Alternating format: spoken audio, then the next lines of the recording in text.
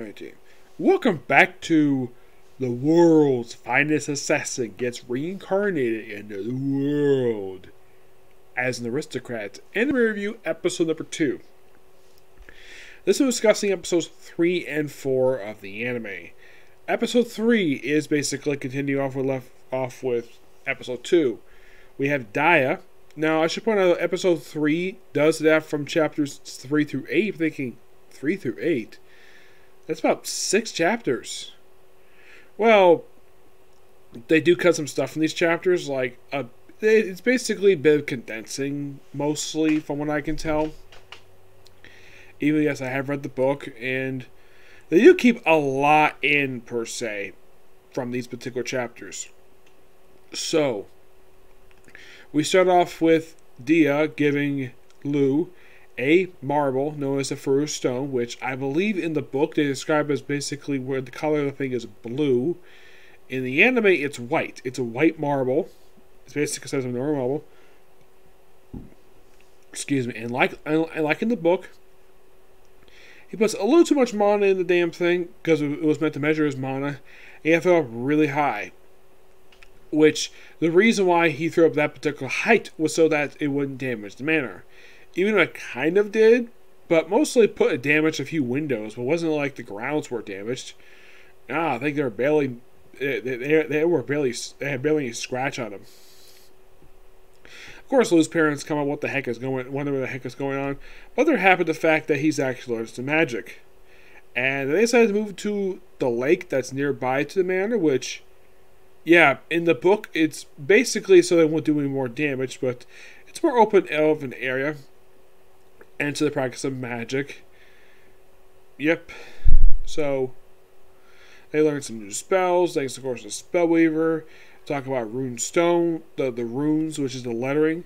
Which, yeah, they do keep a lot of important bits in here from these chapters, like the fact of his memory retention. But the whole thing about his tongue not being able to say exactly what his mind is saying. Which, okay, that's actually pretty good. Yes, that is actually from the book. Though, of course, Daya is wondering what the heck is going on. She has no idea. So then, of course, they start experimenting, and, of course, they form new spells. And then, of course, out of nowhere, he forms a rifle. It was the second gun he made in the actual book. Because first he made a pistol, then he made a rifle, and then he formed a cannon, which in the book, basically, he made the barrel first, then he summoned the other part just after that. In the anime, they have them basically summon the whole thing all at once. And appearance-wise, it looks like one of those old cannons in World War II. Yeah, the one where you put like a shell about this big, you put it in, you fire the damn thing, and it goes off. And here in the anime, it does go off. Though he does tell her, cover her ears, she's wondering why, and of course he fires it off and ends up destroying a rock in the middle of this lake. Now, apparently his parents do not hear this at all, probably because they're far away.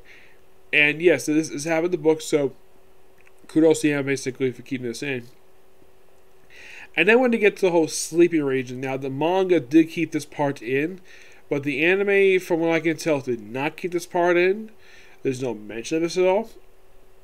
Well, they do keep the part of Dia basically sleeping in the same bed as Lu, referring to herself as the big sister to Lu, because, well, because she's the mentor, she can say whatever she wants, despite the fact she's 3 years older than Lu. Yeah, she's supposed to be 10 at this point. Lu is supposed to be 7. Now, they also count the bit out where she uses Lu as a body pillow. Yes, they actually cut this out. They actually do not mention this at all. Basically, they just sleep in the same bed. They don't do anything particular, not until like the last night where she basically decides to wrap her arms around him. Where you can clearly see that she's using him as a body pillow this one time, but there's no mention in the dialogue. And of course, yes, in case you're wondering though, that this whole episode took place in a period of at least 2 weeks. Yep, and in the book, yes, this definitely was 2 weeks as well, because that's probably as long as she could stay. And of course, he does give her a knife, which I believe. Now, there's also they cut this line bit out where he said he would write her, And the fact she also said she was going to come back, but they cut that line out probably because they wanted to speed along here. But she gives him the first stone, which she says was a treasure from her homeland, which, yes, she says in the book too, so don't worry, the anime did not change that at all. And she goes off in the carriage. They do cut the bits out here, by the time I get to the very next episode, of him going to visit her. Yes, he goes to visit her frequently over the course of the book. Yeah, he does. He frequently visits her. You always find someone to visit her. And then we have where the very next episode we go to chapter 9, where the goddess is wearing completely different attire than she normally wears. Yeah, she makes a return, first time since episode 2, because she was absent from this episode. Here she basically has a very similar situation she did with Lou. This time becoming a soldier instead of an assassin, where his job is simply to kill the hero. And he gets what he wanted, gets transported, and then apparently takes off him 40 years later, and he's become a lazy bum. Or apparently he's put on like 50 pounds. He basically drinks and eats. That's all the guy does. He doesn't do any training, nothing. He's become a lazy bum. What she referred to as a neat, I refer to as a lazy bum. At least dude does stuff. Yeah, at least he does stuff. And then we cut back to present day, where we do see Tartia's first chronological appearance in the series. You know, technically she did the first appearance in the pilot episode, but that was more set up basically what she's going to show off later on. We see her walking. This is her, probably, presumably, I'm not really sure. Like, I'm glad the fact we finally got a chance to see Tartia in the episode. Well, she's basically the same age as Lou. So I think when she first met him, that she was probably 12 years old, because they did mention it's been a couple years since he got his mentor left, because it's been a few years, so he's 10 at this point. So they actually kind of threw this in here because this was a possibility from what I heard in the book, where this actually was supposed to happen, but luck of Lou came along. Where she was banned by her home village because they want to have less mouths to feed. So then she's surrounded by wolves. Now the wolf thing, I believe, was anime original, because in the book she's basically collapsed in the snow, but she wasn't surrounded by wolves like she was in the anime. Probably just for an action sequence. Me. And then we see Lou going to market with his parents. Also in the same episode, we see him having his first kill in the series. Now, they do change the location of this particular kill. Yes, you're wondering, where did the kill happen in the book? It happened in his basement. I mean, and you're thinking, really? Yeah, apparently this was actually changed in the book itself, because in the book, in the cellar, they had like a room where they had a bunch of prisoners on death row, and he had to kill 5 of them in order to basically survive this test. But the thing was, he was able to have an easy kill over them because they're all given muscle relaxers, so they can't exactly fight back. In the anime, they show him killing 1 person. Here they go to an actual prison, which apparently is near the property. So he goes in, and his first kill is a woman. Not some guys like it was in the book. Just one woman, a woman named Margaret, age of 19, where she has got a large list of crimes, like murder, theft, arson, where she robbed an elder couple, killed them, burned down their property.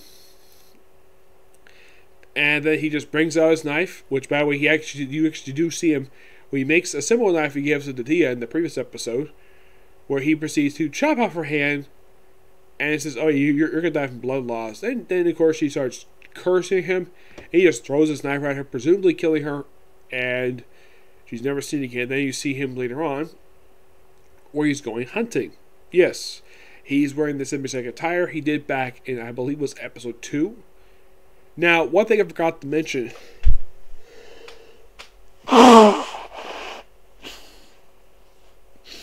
From the last episode, the guys mentioned he had to do something in particular that they cut out in the anime. That he had to change the style of his speech, the way he spoke. Because if he spoke the way he did when he was basically, well, when he was originally alive of his previous life, it would shock his mother, who was a very beautiful woman. So he does do that, but they cut that out probably because they didn't think it was necessary. But I think kind of the montage basically would have been nice, like a few minutes of a montage of him basically getting information. That would be kind of nice there.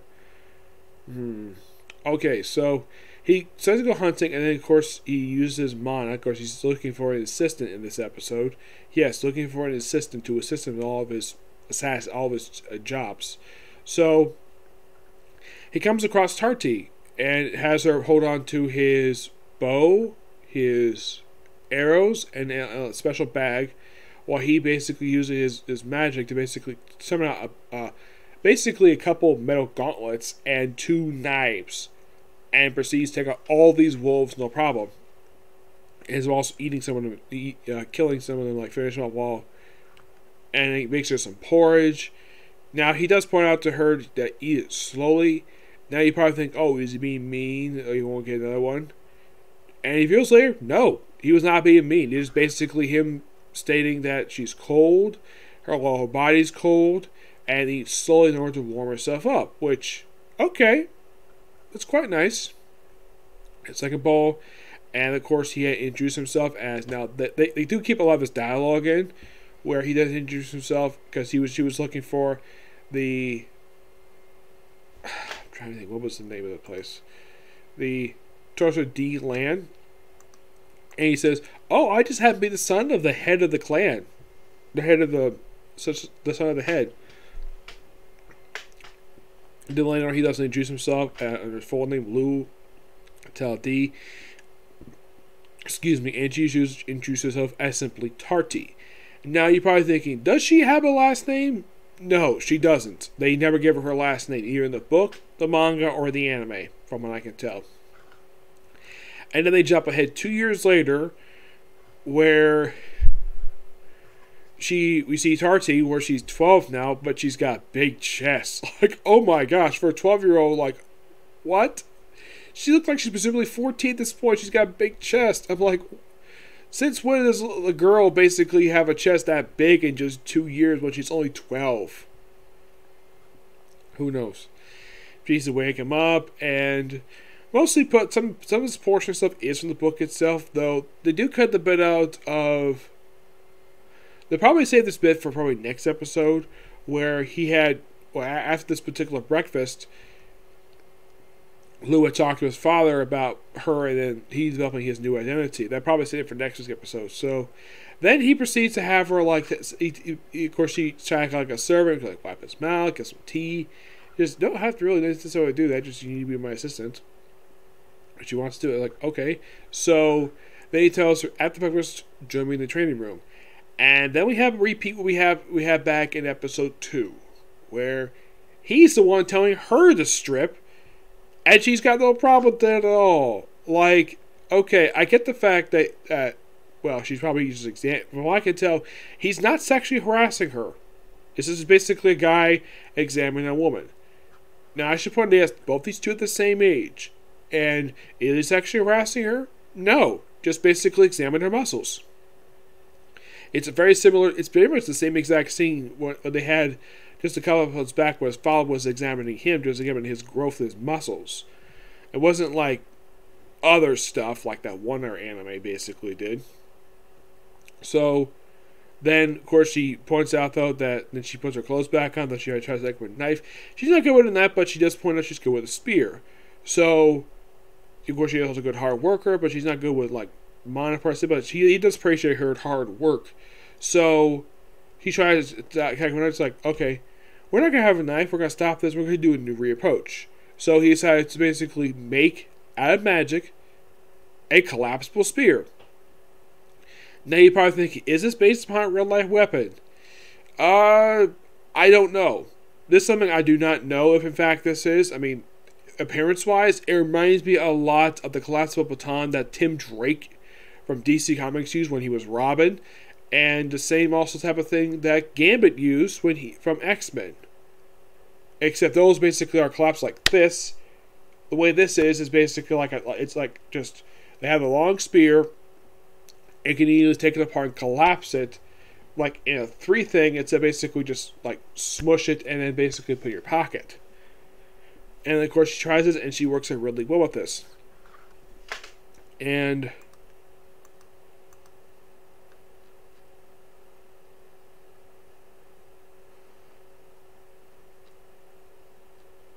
yeah, and he also mentioned the episode he was going to visit Dia, which in the book he does, just prior to this particular stuff that happened this one. Though they cut it out for some reason, I thought it was kind of weird that they didn't include him visiting her. Which they developed more spells, and him eventually starting to fall in love with Dia, his former teacher. Which that generally happens, but we'll probably figure out more of this stuff next week. Which with next week, with basically the very next episode, which covers chapters 10 through 12, which should be interesting to say the least. Yep.